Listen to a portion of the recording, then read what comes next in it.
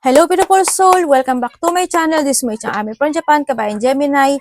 This reading is for you. Tingnan natin ang iyong second half ng December 2025. Maraming salamat muna sa mga subscriber, new subscriber, cross-watcher, at sa mga bagong pasok dyan. Welcome na welcome kayo sa bahay ni Ate Aimee. Salamat din sa nakataba ng puso niyo mga comments at sa mga nagpa-personal reading. Marami pong salamat. Kung gusto niyo na energy niyo lang talaga, ang gusto niyo makuha natin, all the details is in description below. Pakicheck na lang. General reading tayo, kunin mo lang ang sayo at itapon ang hindi naman sayo.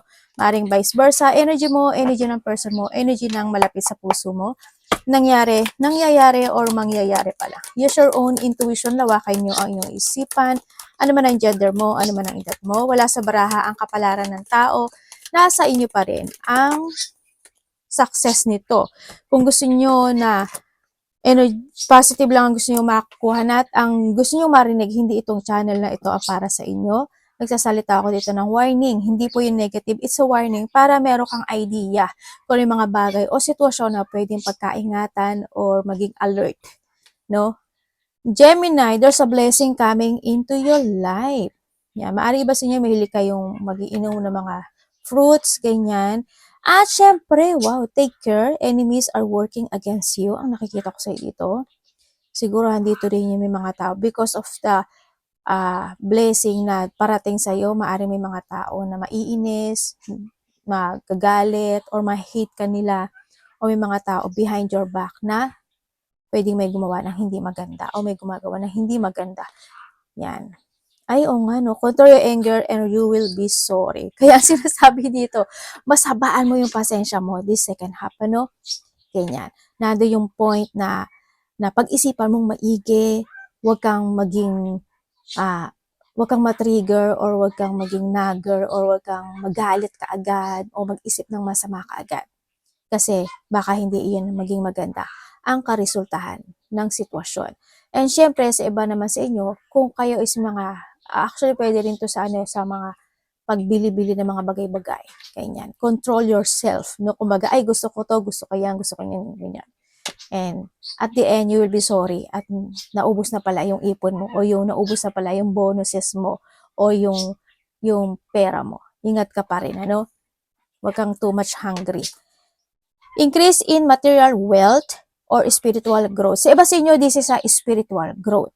Ibig sabihin, kung sa spiritual growth na ito is magkakaroon ng enlightenment sa iba sa inyo, or you need to trust to your intuition kasi hindi magiging maganda yung sitwasyon. When it comes to wealth naman, syempre, because of the increase or kung nagkakaroon ng mga night shift or mga mahabang oras na magtatrabaho or bonuses, yes, pero ingat ka pa rin kasi andito si lightning, di ba?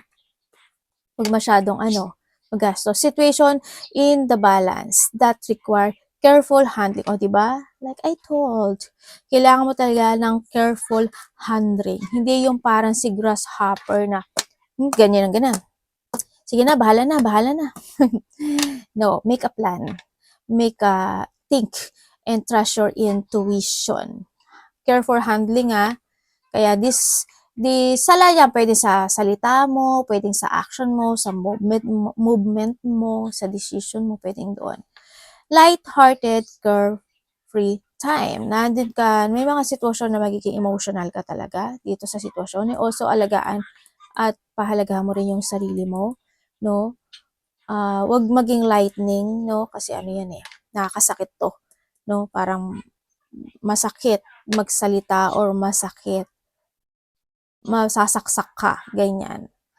Sana hindi sa'yo manggaling or be careful talaga dito sa sitwasyon kung saan man yan. Know your target. Ibig sabihin, there's a target situation. Ako na nakikita sa'yo. Diba? Know your target, know your competition, know your sasagupain. Ibig sabihin, bullseye, diba? Maaring may mga katotohanan na makakapagbigay sa'yo ng parang masakit. Kaya dito si Jug, pwedeng ganun, sa iba sa inyo. A goal-oriented person. Siyempre, nandun yung point na na this second half, may mga plano ako na nakikita na alam mo na kung ano yung target mo, alam mo na kung ano yung schedule na yon sa nakikita ko sa inyo dito. Pero may mga pag-worried din ako na nakikita, no? Pero you need to be very careful kasi natin si the grasshopper sa lightning tsaka si jug. Diba? Ibig sabihin, wag ka lang tira ng tira, no? Pag-ingatan mo ring maigi.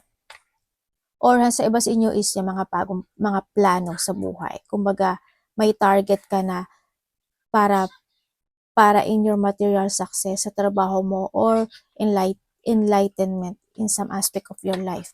O Dolphin, no? Financial gain usually coming from something you did in the past. Ibig sabihin, kung ano yung ginawa mo o yung pinagbigyan mo ng effort, yun yung makukuha mo. Yan.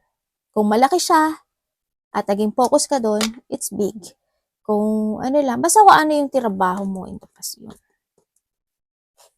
Yan, may mga gain ako nakikita. Malaki man yan o maliit or maybe this is the time. Tingnan natin energy mo. May aalis daw sa buhay mo, Gemini. Someone's going out of your life or the end of a situation.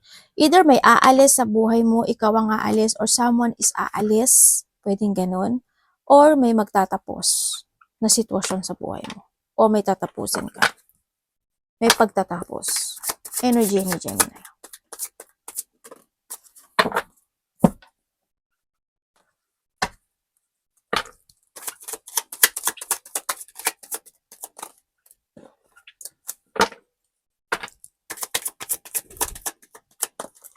Your energy. Okay, energy mo. Energy mo, nandito ka kasi sa sitwasyon mo na ano imbalance. Energy mo, it's more on low energy. Hindi ko alam kung pagod ka ba. Yun na nakita ko, parang either pagod ka or may mga mararamdaman kang burden or hirap. Yun na nakikita ko energy mo dito, no? Yan, may mga situation na hindi ka makakapokus, ganyan. Sa iba naman sa inyo, energy mo, bahala na situation. Yun na nakikita ko. Anak, pinupo mo si Mami. Punta ka lang sa akin para ay, baluga. Muntik pong mahulog yung table natin. Yun. Ando ka sa sitwasyon mo na bahala na situation. Kumbaga, bahala na kung ano mangyari, ganyan. Yun. And also, yung energy mo dito, mami-misalignment ka raw ganyan. Maaring mapu-for of motivation o misalignment o nahandoon yung sitwasyon na may mga bagay parang you can't fit yourself in a situation. Pwedeng makikipagkompetensya ka or makikipagtalo ka o may mga bagay na pipilitin mong gawin or isaayos man yan or baguhin. Pwedeng ganun. Yun ang nakikita ko sa dito. Yun nakikita kong energy ng iba sa inyo. Sa iba sa inyo, medyo parang bagot or may blockage ka kasi dito no? Bagot or parang may sitwasyon dito na hindi ka magiging cooperative. Ganon. Halimbawa, sa trabaho mo, or siya ito sa'yo, hindi siya magiging very cooperative sa'yo, or hindi ka niya gusto, or hindi mo siya gusto, ganon ang nakikita ko sa'yo. Communication is coming din sa'yo dito. Anong parating kay Gemini? Parating kay Gemini. May magtataas ang ego Teka nga, ano ko dito sa ano. Yung mga anak ko naman, dami. Anak, alam ko na blessing yung pupo nyo, pero wag man over. Sabi ka nun. Parating.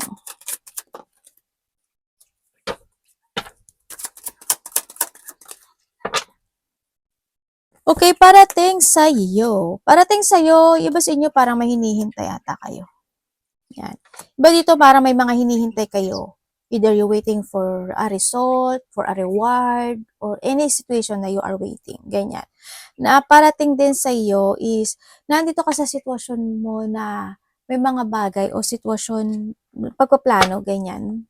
Kaya maaari magkakaroon ka ng pagpaplano o kaya may mga bagay ka na mahihirapan kang magdesisyon, may mga bagay ka na titimbangin, may mga sitwasyon ka na pag-iisipan to decide. Yun na nakikita ko. Parang nandun ka sa point na parang eto ba yung pagbibigyan ko ng pagpo-focusan ko, ito ba pagbibigyan ko ng action, ito ba pagbibigyan ko ng energy, ito ba parang ito ba pagbibigyan ko ng effort, mga ganong sitwasyon. Ako nakikita sa iyo na parating. And then may mga bagay ka raw na want to progress pero you don't know how, o kaya hindi nyo may mga i-analyze ka ng mga bagay. Also, dito is about thinking something strategy. Yun ang nakikita ko dito. Parang you have a plan or a strategy na gagawin kung ano mga bagay na yan. Pwedeng plano rin na maybe may lakad kayo, malayo man o malapit yung travel na yun. Pwedeng ganun. Kaso hindi mo alam saan kaya tayo, dito kaya tayo, doon na lang tayo. Yan. Magkakaroon kayo ng mga doubt. Ganyan. Yun ang parating sa'yo. Also, parating sa'yo,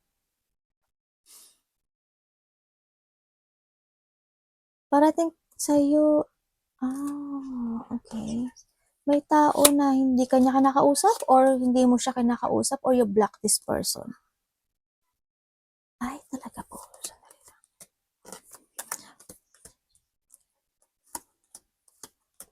Meron kang ikabibigla o ikakashock o ikagugulat na parating sa'yo.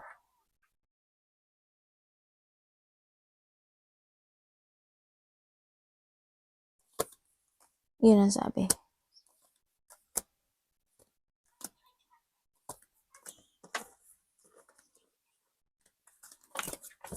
Tingnan natin ang iyo. Sabi dito may good news kayo. Iba is there's a good news, happiness, fulfillment, and achievement is coming. Pero parang you feeling tired dito, no? There's a deep want or there's a painful situation happen into your life. In the past, may mga bagay ka na gusto mong aksyonan, hustisyahan. Oy, may new beginning sa'yo. There's a good karma coming sa'yo. May good karma na parating sa'yo. Dapat iwasan ni Gemini. Dito sa sitwasyon mo, parang may taong magsisay ng no, hindi pwede. Wag na lang. Or maybe this is you. Ayoko dyan. Mga ganun.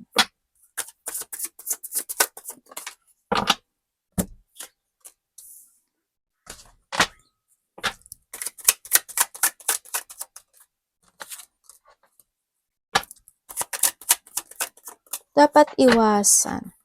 Dapat mong mayroon pala mga biglaang magaganap sa'yo. Okay, iwasan mo yung pabigla-bigla ka ng mga sitwasyon o pabigla-bigla ka ng mga lakad. Iwasan mo rin na magmadali, no, sa mga sitwasyon mo. Iwasan mo na hindi mo gamitin yung wisdom mo o yung karunungan, katalinuhan, to clarity kung ano yung mga bagay na gusto mong ma-achieve sa buhay mo. Ganyan.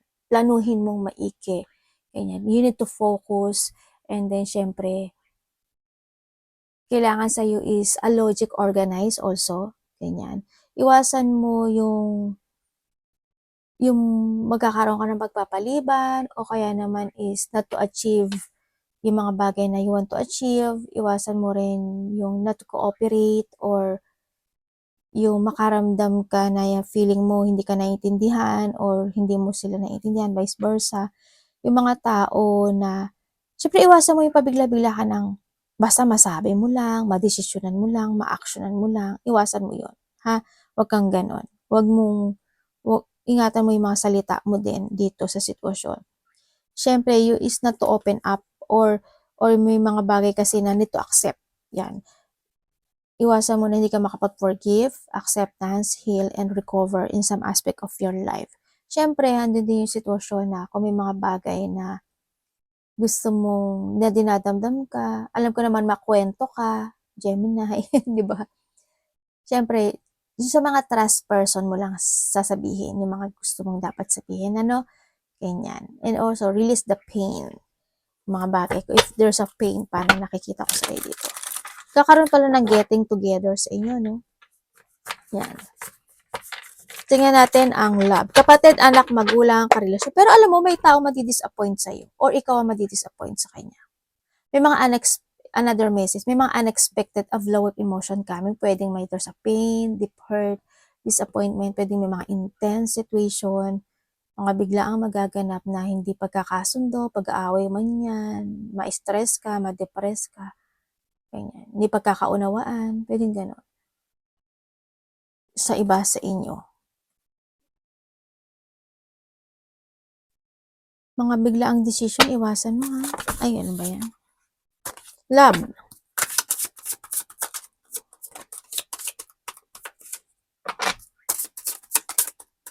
Gemini in love.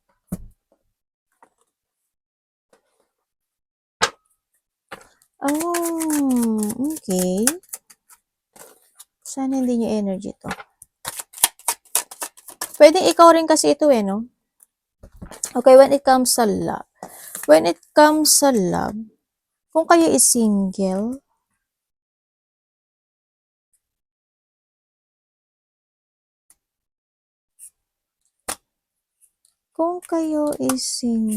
may taong babalik no? Sa mga single dyan. Ate, makikilala ba ako?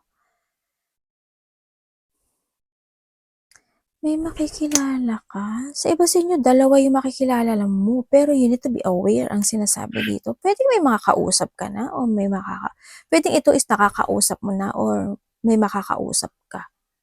Pero kailangan mo daw mag-ingat. And you need to see the fact. Wala ba siyang karelasyon? Okay ba siya? Mabait ba siya? Ganon ang sabi.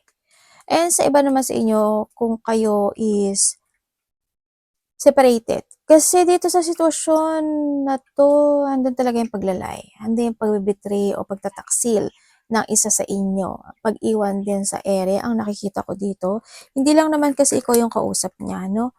Maaring may mga kausap pa rin din siyang iba dito sa relasyon na ito. Or vice versa tayo. Pero isa sa inyo, it is still reminiscing the past situation when it comes dito sa relasyon na to. Yan, may mga itinago sa iyo ito or ikaw may itinago ka pero gusto niya ng renewal o gusto niya uli. They want peace ang nakikita ko dito. Yun. Gusto niya magkaroon ng recovery. Maaring isa sa inyo is naghihintay, no? O may paghihintay na nagaganap o nangyayari. Pero nakakaroon siya. Babalik to. Ay, kaso may ayaw niya, no? May babalik pero ayaw na nung isa. Ganun. Kasi sabi niya, no, it's over. I need to cut this. I'm satisfied sa meron ako ngayon. I'm happy in my stable. Ay, ganun. O, di wow. Yun ang sabi dito. Kung kayo naman is in relationship, siguro may mga bagay na hindi kayo magkakaintindihan this time. Yan. Pwede hindi kanya maintindihan or hindi mo siya maintindihan. There's a sadness na pwede maganap o mangyari sa inyo with the second half. And then also, may mga sikreto or andun din yung sitwasyon na pwede may magsisinungaling. Isa sa inyo magsisinungaling. May pagsisinungaling. Or isa sa inyo is very manipulative. Ganyan. Hoping naman, wag naman mangyaring ganun, ano, sa nakita ko dito. Yan. Isa sa inyo magiging manipulative situation kasi. Pero andun yung pagpapahalaga at pagmamahal naman dito sa sitwasyon. Kung may third party to, yes, sa iba. Sa iba meron. Kasi they hiding.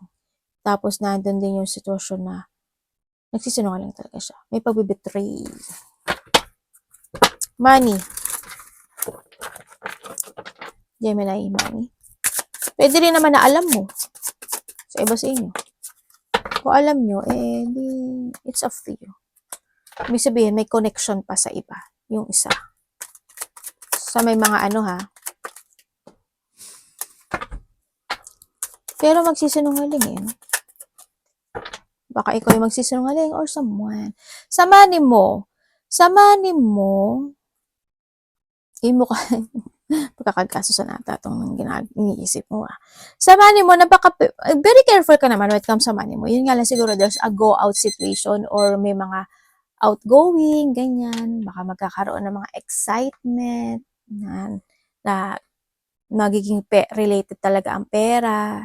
Mag-go out kayo. Yan, travel, malapit yan o malayo, andoon. Andun yung pagiging excitement mo when it comes sa money mo. Hindi naman ganun kalaki excitement kasi naiisip mo pa rin na parang hoping andun yung pagbabalance ng pera sa nakikita ko dito. Hoping, gawin mo yun. Yun ang nakikita ko dito. You put some effort in some aspect of your life. Ate, success ba ako sa pera?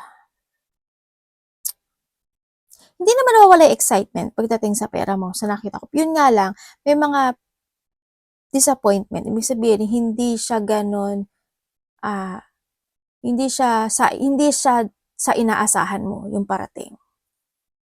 Sakto lang. Pwedeng ganun. Yun. Yun ang nakikita ko sa'yo dito. Pwedeng iba dito, they feeling emotions kasi hindi ganun sa inasahan mo o in-expect mo na yung darating. Ganun. Sa iba, sakto lang. Pwede rin sa iba sa inyo is magiging very adventurous ka. Handun ka sa point na nag-iisip ka ng mga bagay-bagay na gusto mong mag-part-time o gusto mong gawin ito, gusto mong gawin yan, yun, para magkaroon pa ng mga ano yung pagpasok ng pera, pwedeng ganun sa iba. Kung meron mang ganun, it's good, gawin mo siya. No, nandun ka rin naman sa sitwasyon mo na parang nagsisiyasat ka sa mga bagay-bagay yan.